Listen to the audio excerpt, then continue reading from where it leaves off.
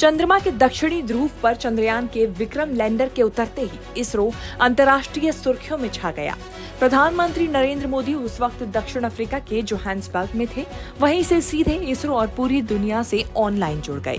भारत की इस कामयाबी के साथ ही पीएम मोदी जोहान्सबर्ग में ब्रिक्स शिखर सम्मेलन के दौरान चर्चा का केंद्र बन गए। इन्हीं सब उपलब्धियों के बीच पीएम मोदी ने इस साल पहली बार और एकमात्र मीडिया हाउस बिजनेस टुडे को इंटरव्यू दिया। प्रधानमंत्री ने बिजनेस टुडे टीम को ग्लोबल टारगेटेड वेलफेयर की डिलीवरी के लिए भारत के G20 प्लेटफॉर्म के यूज करने के प्लान्स के बारे में बताया।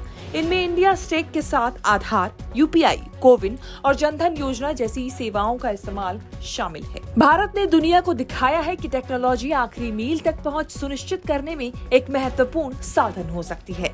इस तथ्य पर प्रकाश डालते हुए कि ग्लोबल डिजिटल पेमेंट का 46% भारत में था, पीएम ने कहा कि भारत को आज दुनिया इनोवेशन के इंक्यूबेटर के रूप में देखती है।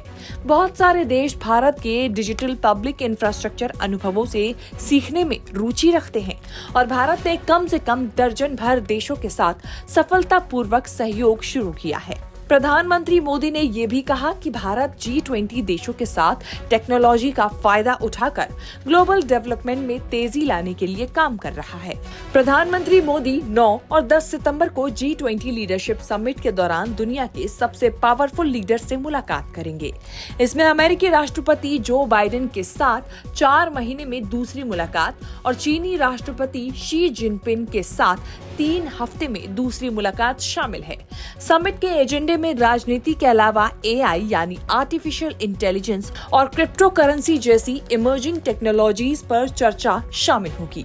प्रधानमंत्री के मुताबिक हमें इमर्जिंग टेक्नोलॉजीज के अडॉप्शन, डेमोक्रेटाइजेशन और यूनिफाइड अप्रोच पर ध्यान केंद्रित करना चाहिए। साथ ही उन्होंने आगे कहा, प्रौद्योगिकी से संबंधित रेगुलेशन और फ्रेमवर्क एक देश या देशों के समूह से संबंधित नहीं होनी चाहिए। G20 कई क्रिप्टो एजेंडाज पर आम सहमति पर पहुंच गया है और स्टैंडर्ड सेटिंग बॉडीज को इसके हिसाब से गाइड किया गया है। बिजनेस टुडे के साथ एक्सक्लूसिव चैट में प्रधानमंत्री ने ये भी बताया कि कैसे दुनिया छोटे छोटे बदलाव या इंक्रीमेंटल चेंज के युग से डिसरप्टिव इनोवेशन के युग में प्रवेश कर चुकी है। भारत के स्टार्टअप इकोसिस्टम की सफलता को हाईलाइट करते हुए पीएम ने कहा कि लगभग 1 लाख स्टार्टअप और 100 यूनिकॉर्न के साथ भारत को स्टार्टअप हब के रूप में देखा जाता है। भारत इस गति को वैश्विक स्तर पर ले जा रहा है और G20 की अध्यक्षता के दौरान उसने स्टार्टअप 20 एंगेजमेंट ग्रुप की स्थापना की है। ये ग्रुप अलग अलग स्टेक होल्डर्स को एक कॉमन प्लेटफॉर्म पर एक साथ लाकर ग्लोबल स्टार्टअप इकोसिस्टम की आवाज के रूप में काम करेगा। दरअसल G20 इतना अहम इसीलिए है क्योंकि 20 देशों का समूह ग्लोबल GDP का लगभग 95% वैश्विक व्यापार का 75% से ज्यादा और विश्व की लगभग 2/3 आबादी का प्रतिनिधित्व करता है। भारत के जरिए इस शक्तिशाली समूह की सफल कमान इस बात में सहायक होगी कि अगला प्रेसिडेंशियल पद ब्राजील को सौंपे जाने के बाद वो सफलता की इस गति को बराबर रखेगा। भारत अगले महीने देश की राजधानी दिल्ली में G20 शिखर सम्मेलन का मेजबान बनने जा रहा है।